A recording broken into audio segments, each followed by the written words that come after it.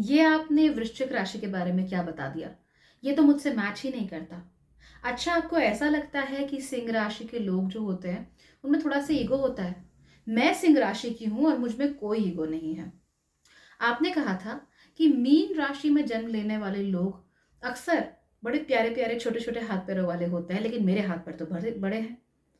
तो जो भी आपने कहा, वो हमसे मैच नहीं हो रहा। अक्सर जब भी आप अपनी राशियों के बारे में पढ़ते हैं या सुनते हैं या वीडियोस देखते हैं, तो उनमें कोई ना कोई ऐसी चीज़ ज़रूर निकल आती है जो कि आपके साथ मैच नहीं कर रही होती, और फिर आपको लगता है कि सारी बातें झूठ हैं, किसी भी बात में कोई दम ही नहीं है एंड एवरीथिंग इज़ अ लाई। लेकिन क्या आपको वाक़ई लगता है कि किसी एक व्यक्ति के कुछ कैरेक्टरिस्टिक्स मैच ना होने की वजह से ज्योतिष में राशियों के बारे में जो बातें कही गई हैं, वो पूरी तरीके से गलत हैं? कुछ कमेंट्स में पढ़ती हूँ जिन्हें ये लगता है कि अगर चीजें उनके साथ मैच नहीं हो रही हैं, इसका मतलब वीडियो में या आर्टिकल में कही गई हर बात एकदम झूठ है। ऐसा कुछ नहीं होता है। लेकिन ये लॉजिकली कैसे आप लोगों तक पहुंचे, ये सारी बातें जान लेते हैं आज के वीडियो में।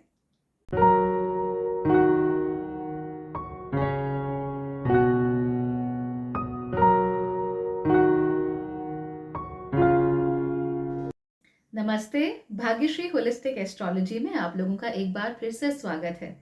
यहाँ पर हम बात करते हैं पॉजिटिव, इंस्पायरिंग और होलिस्टिक एस्ट्रोलॉजी की, यानी कि एक ऐसा ज्योतिष जो कि आपके पॉजिटिव पॉइंट्स को मैक्सिमाइज कर सकता है और आपके नेगेटिव पॉइंट्स को मिनिमाइज करने में आप लोगों की मदद भी कर सकता है। आज हम एक बहुत इंपॉर्टेंट टॉपिक के बारे में डिस्कशन करने वाले हैं। वो ये है कि आपकी राशि के साथ उस राशि का डिस्क्रिप्शन मैच क्यों नहीं होता। अक्सर जब भी हम ज्योतिष में शुरुआत कर रहे होते हैं, ज्योतिष के बारे में जानना शुरू करते हैं, तो हम क्या करते हैं? हम अखबारों में आने वाली, मैगजीन्स में आने वाली, या अक्सर ऑनलाइन हम जिस न्यूज़पेपर को फॉलो करते हैं वहां आने वाले साप्ताहिक या दैनिक राशिफल से शुरू करते हैं। हमें अक्सर पता ही होता है कि हमारी राशि कौन सी है, यानी कि हमारा चंद्रमा कौन सी राशि में बैठा हुआ है। तो ये सारी बातें जानकर हम शुरू कर देते हैं। नेक्स्ट स्टेप ये होता है कि अपनी राशि की जो कैरेक्टरिस्टिक्स होती हैं, जो उसका चरित्र होता है हमारी राशि का, हम वो समझने की कोशिश करते हैं। तो मान लीजिए कि आपकी राशि तुला है और आपने यूट्यूब पर या कहीं गूगल पर किसी आर्टिकल में पढ़ा कि तुला राशि के लोग कैसे होते हैं। लेकिन पढ़ने के बाद आपको लगा कि भाई यहाँ तो 70-80% चीजें ही मुझसे मैच कर रही हैं, बाकी तो मैच ही नहीं कर रहा है। इसका मतलब कि ये डिस्क्रिप्शन सही नहीं है। दरअसल ऐसा होता नहीं है। हमें इन बातों को थोड़ा डीपली समझना पड़ेगा। फर्स्ट थिंग्स फर्स्ट, आप अपनी नॉलेज ले कहाँ से रहे हैं, ये बहुत जरूरी होता है। कई बार एस्ट्रोलॉजी के नाम पर कुछ भी परोस दिया जाता है लोगों को। यानी ये कह देना कि लिब्रा राशि के जो पुरुष होते हैं वो तो हमेशा महिलाओं से ही बातें करते रहते हैं, यानी फ्लर्टी होते हैं। क्या लिब्रा राशि में जन्म लिया हुआ हर पुरुष फ्लर्टी होता है? बिल्कुल नहीं।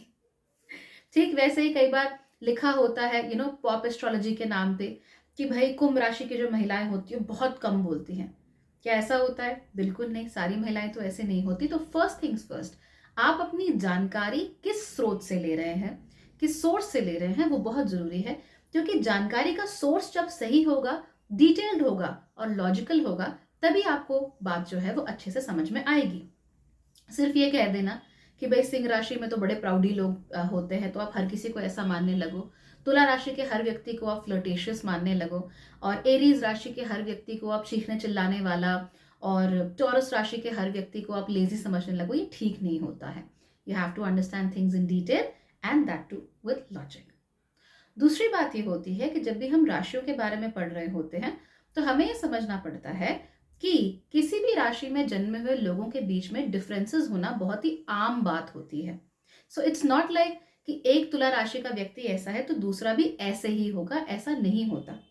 इनफैक्ट जो ये डिफरेंसेस आते हैं राशियों के अंदर, वो नक्षत्रों के ऊपर डिपेंडेंट होते हैं, यानी कि किस नक्षत्र में आपका जन्म हुआ है। और उन नक्षत्रों में भी 4 अलग अलग पद होते हैं। तो किसी एक पद में जन्म लेने वाला व्यक्ति किसी दूसरे पद में जन्म लेने वाले व्यक्ति से भिन्न हो सकता है, चाहे वो एक ही नक्षत्र के हों। और एक ही नक्षत्र में जन्म लेने वाला व्यक्ति दूसरे वाले से भिन्न हो सकता है, चाहे वो एक ही राशि में हो। तो जो टॉप टियर है वो राशि का है, उसके नीचे वाला टियर जो है वो नक्षत्रों का है। फिर जो नीचे वाला टियर है जिसमें और डाइवर्सिटी है, वो नक्षत्रों के पदों का है, और उसके ठीक नीचे आपको मिलती है उस राशि की अलग अलग 30 डिग्रीज।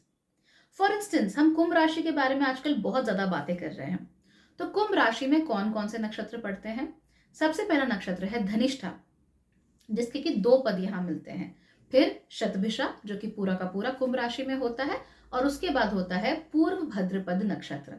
इन तीनों ही नक्षत्रों की क्वालिटीज आपको कुंभ राशि में देखने को मिलती हैं।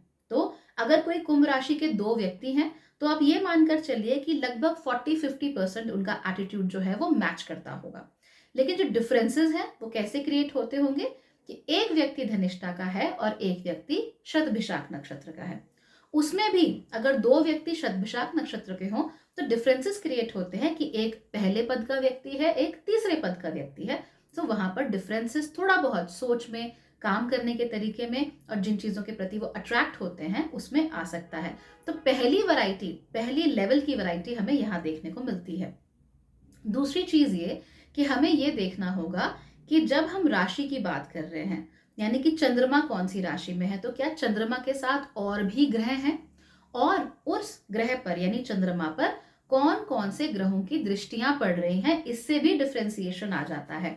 फॉर इंस्टेंस, आप मान लीजिए कि आपका लग्न मीन है।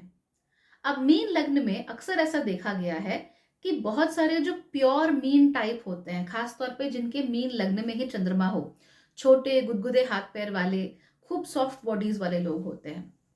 लेकिन कई बार ऐसा भी देखा गया है कि ये लोग बहुत टॉल होते हैं, बहुत बड़े बड़े हाथ, बहुत बड़े बड़े पैर इन लोगों के होते हैं। तो ये एक्सट्रीम्स हमें देखने को मिल सकते हैं। तो जनरली अगर देखा जाए तो जिन लोगों का जन्म जुपिटर यानी कि गुरु के राशियों में होता है या फिर उनके नक्षत्रों में होता है, वो लोग अक्सर लंबी हाइट के होते हैं। ये एक रूल होता है। लेकिन अगर उस लग्न को सीधे बैठकर शनि देख रहे होंगे तीसरी, सातवीं या फिर अपनी 10वीं दृष्टि से, तो फिर उनकी हाइट में कमी आप लोगों को देखने को मिल सकती है। यहाँ पर हमने क्या देखा, एक जनरल रूल ऑफ थंब क्या था कि भाई हाइट लंबी होगी, लेकिन क्योंकि शनि की दृष्टि पड़ रही है इसलिए हाइट छोटी हो जाती है, जितनी ग्रो कर सकती है उतनी ग्रो नहीं करेगी। राइट? तो ये डिफ्रेंसिएशंस हमें यहाँ पर बहुत आसानी के साथ देखने को मिल जाते हैं। अब ऑब्वियस सी बात है कि आपके परिवार की जो एवरेज हाइट है, आप जिस दुनिया के कोने में आप बिलोंग करते हैं वहां पे जो एवरेज हाइट है, उसके हिसाब से ही आप टॉल या शॉर्ट हो सकते हैं।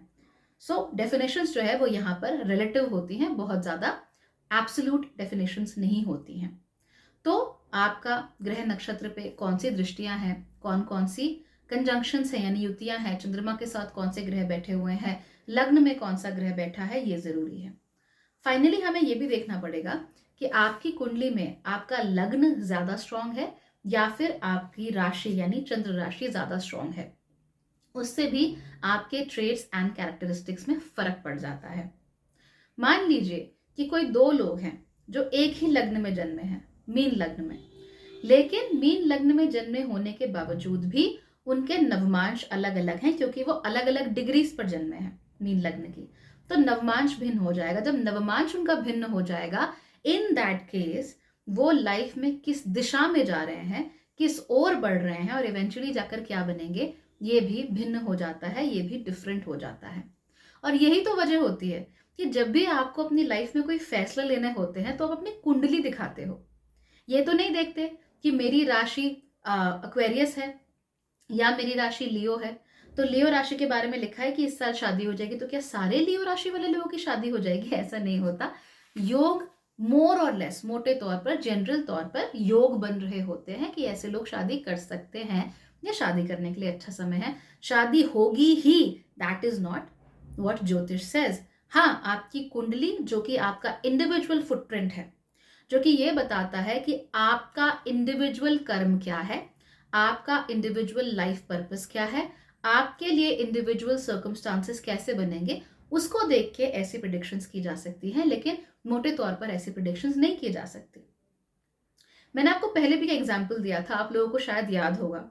मान लीजिए कि हमारे भारत देश में हर राशि के 10 करोड़ लोग रहते हैं, यानी 12 राशियों को मिला लिया जाए तो 120 करोड़ लोग इस देश में हैं। आपको क्या लगता है कि अगर सिंह राशि के शादी करने के योग बने तो 10 करोड़ लोग जो सिंह राशि के हैं, क्या सबकी शादी हो जाएगी? ऐसा नहीं होता है। सो इंडिविजुअल डिफरेंसेस, इंडिविजुअल कर्मों के डिफरेंसेस भी होते हैं। तो मैंने आपको जो बातें बोली हैं इनको बहुत ढंग से समझिए, इनको गूढ़ तरीके से समझिए, ऊपर ऊपर से मत जानिए। जब हम जनरल डिस्क्रिप्शन दे रहे होते हैं किसी राशि का या किसी नक्षत्र का, तो वो जो डिस्क्रिप्शन होता है वो एक तो जो हमारी एस्ट्रोलॉजिकल नॉलेज है, जो हमसे पहले ऋषियों ने, हमसे पहले हमारे गुरुओं ने जो इकट्ठा करके रखी है, संचित करके रखी है, एक तो वो वहां से आती है, प्लस जो ज्योतिषी बोल रहा है उसका जो पर्सनल एक्सपीरियंस है वहां से भी आती है।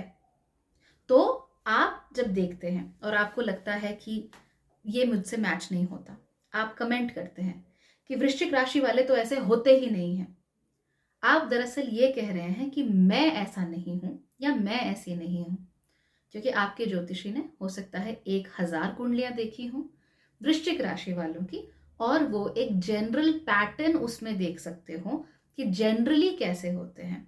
आप थोड़ा अलग हो सकते हैं अपने ग्रह नक्षत्रों की अलग अलग पोजीशंस की वजह से, आपके नवमाश की पोजीशंस की वजह से, आपके प्लैनेट्स की स्ट्रेंथ की वजह से, आपके आत्मकारक, दर कारक, अमात्य कारक कौन है उनकी वजह से, डिग्रीज की वजह से, और आपके जो परवरिश है, जो पारिवारिक बैकग्राउंड है, वो भी बहुत इंपॉर्टेंट रोल प्ले करता है। वो आप दूसरे घर से देख सकते हो।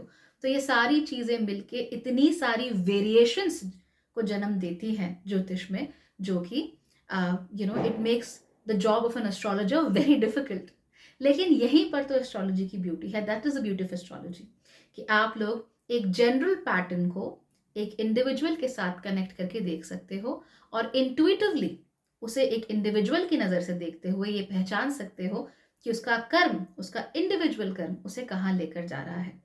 इसीलिए सबसे पहले तो आपको ये समझना होगा कि आप अपना ज्ञान किस सोर्स से ले रहे हो, किस व्यक्ति से, किस आर्टिकल से, किस वेबसाइट से, किस यूट्यूब चैनल से। वहां आपको अपना ज्ञान का सोर्स डिसाइड करना पड़ेगा।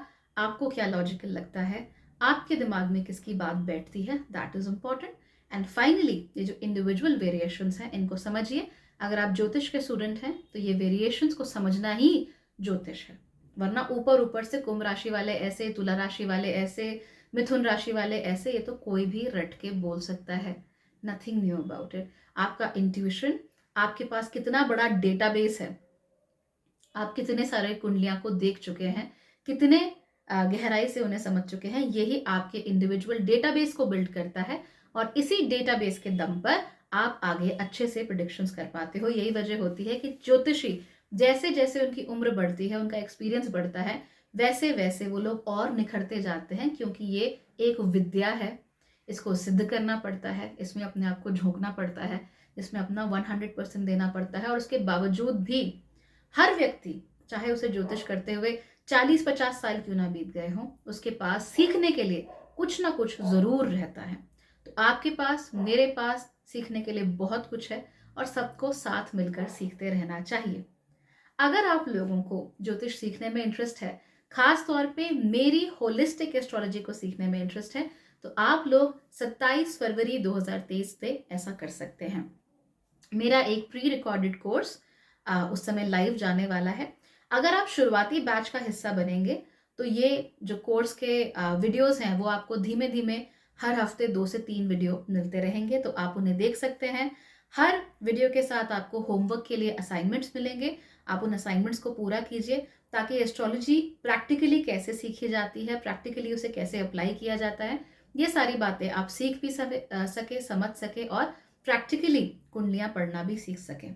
तो ये सारे काम हम वहां करेंगे। उसके बाद ऑब्वियसली जो लोग ज्वाइन करते हैं मार्च में, उन सबको प्री रिकॉर्डेड क्लासेस एक साथ मिल जाएंगी।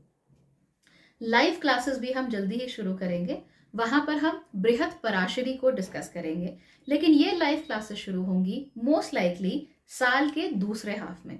उन लाइव क्लासेस में आप मुझे ज्वाइन कर सकते हैं, और हम साथ बैठकर 1 से 1.5 घंटे के लेक्चर्स एक साथ बैठेंगे, एक साथ करेंगे, अलॉन्ग साइड होमवर्क असाइनमेंट्स। तो फिलहाल का अगर टाइमलाइन देखा जाए तो वो जुलाई के बाद शुरू होने चाहिए।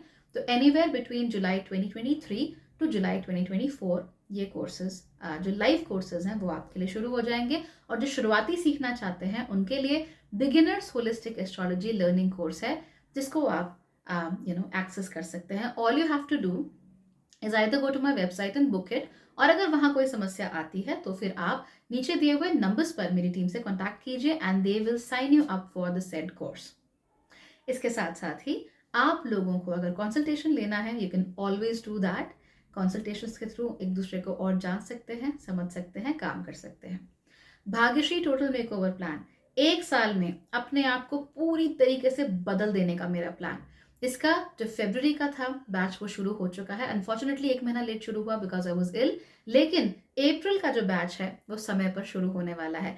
अगर आप भी अगले 1 साल में अपने आप को बदलना चाहते हैं, वाकई सही रास्ते पर चलना चाहते हैं और पीछे मुड़कर ये कहना चाहते हैं कि हाँ, I have change for the better, तो आप BTMP प्लान का हिस्सा बन सकते हो। Again every detail is on my website. और अगर वेबसाइट में आपको कुछ समझ में नहीं आता, you can always drop a WhatsApp और a Telegram message to my team और an email and they will reply to you and they will talk to you. So आज के लिए बस इतना ही। अगर ज्वाइन करना चाहते हैं me in my journey, you can always do that. And as always, thank you so much for watching.